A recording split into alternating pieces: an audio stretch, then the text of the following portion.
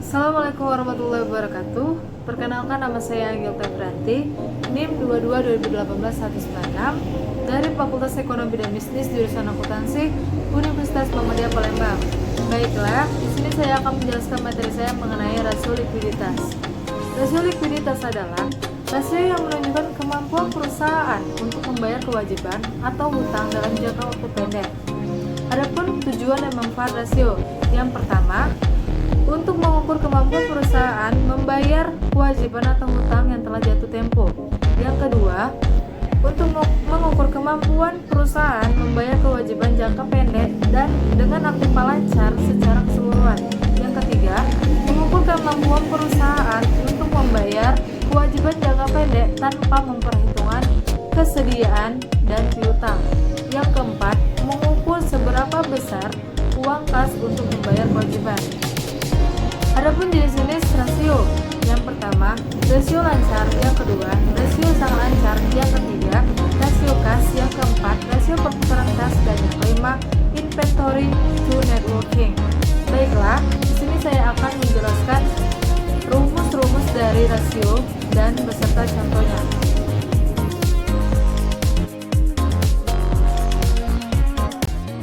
Baiklah, di sini saya akan menjelaskan contoh dan rumus rasio lancar. Sebelumnya saya telah menampilkan contoh laporan keuangan berupa neraca dan laporan laba rugi. Di sini ada rumus rasio lancar, yaitu aktiva lancar dibagi utang lancar. Pada contoh di tabel berikut terdapat komponen laporan keuangan 2010 dan 2011. Di sini kita akan mencari rasio tahun 2010, yaitu aktiva lancarnya sebesar 1.640 dibagi dengan utang lancar senilai 350, hasilnya 2,18 atau dibulatkan menjadi 2,1.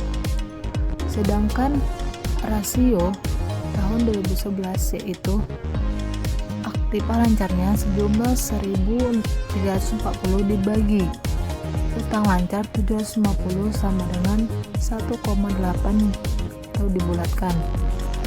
Yang kedua, rumus rasio cepat, yaitu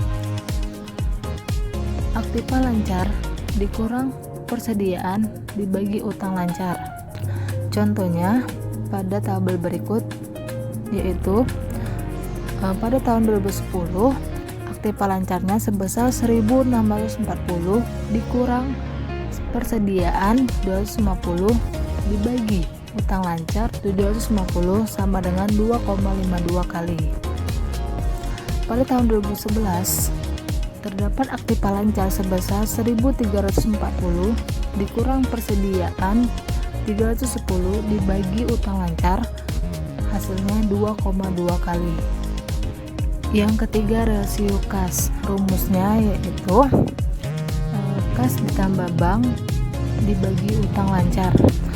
Contoh soalnya, pada tahun 2010 terdapat kas senilai 250 ditambah bank senilai 350 dikurang utang lancar senilai 750, hasilnya 0,8 kali atau 80%.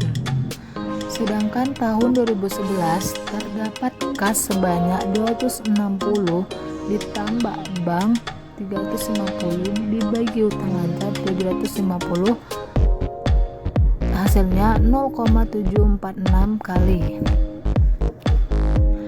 Yang keempat, rasio perputaran kas. Rumusnya penjualan bersih dibagi modal kerja bersih ditambah total utang lancar.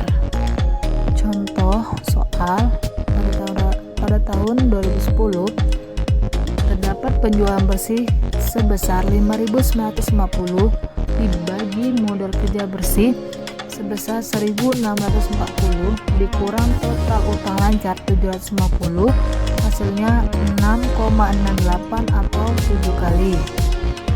Rasio tahun 2011 yaitu penjualan bersih senilai 5.550 dibagi 1.340 dikurang 750, hasilnya 9,4 atau 10 kali.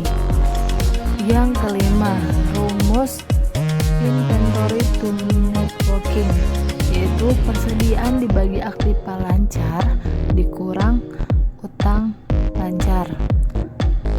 Pada contohnya tersebut, pada tahun 2010 terdapat persediaan sebanyak 250 dibagi aktiva lancar sebesar 1.640 dikurang utang lancar senilai 750, hasilnya 0,105 atau setara dengan 11 kali.